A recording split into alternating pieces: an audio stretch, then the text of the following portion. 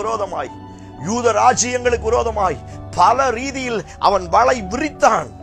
ஆனால் அவர்கள் ஆராதித்த தேவன் ஆமான் விரித்த எல்லா வலைக்கும் அவர்களை கர்த்தர் காப்பாற்ற ஆரம்பித்தார்.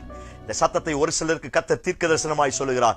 எந்த ஆமான் உனக்கு விரோதமாய் வலை விரித்தானோ அவன் விரித்த வலையிலே அவனே கர்த்தர் சிக்க வைக்க போகிறார். உன்னை விடுவிக்க போகிறார், உங்களை காப்பாற்ற போகிறார். நம்ப ஆரம்பிங்க, அறிக்கை செய்யுங்க.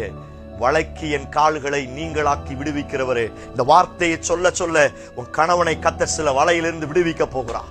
Price God. உங்க பிள்ளைகளை, உங்க மனைவியை சொத்துற, உங்க ஆவிக்குரிய வாழ்க்கையை, இன்னைக்கும் பிசாசானவன் என்னுடைய ஆவிக்குரிய வாழ்க்கையை பல வலைகளை போட்டு சிக்க வைத்திருக்கிறான். ஜெபிக்க முடியல, ஆராதிக்க முடியல, முன்னாடி இருந்த அபிஷேகம் இல்ல, முன்னாடி இருந்த பாரம், தரிசனம், முன்னாடி இருந்த உற்சாகம், ஆவியில பலன் எல்லாம் குன்றி போய்விட்டது. அப்படிப்பட்ட நிலைமையில் இந்த சத்தத்தை கேட்கிறீங்களா?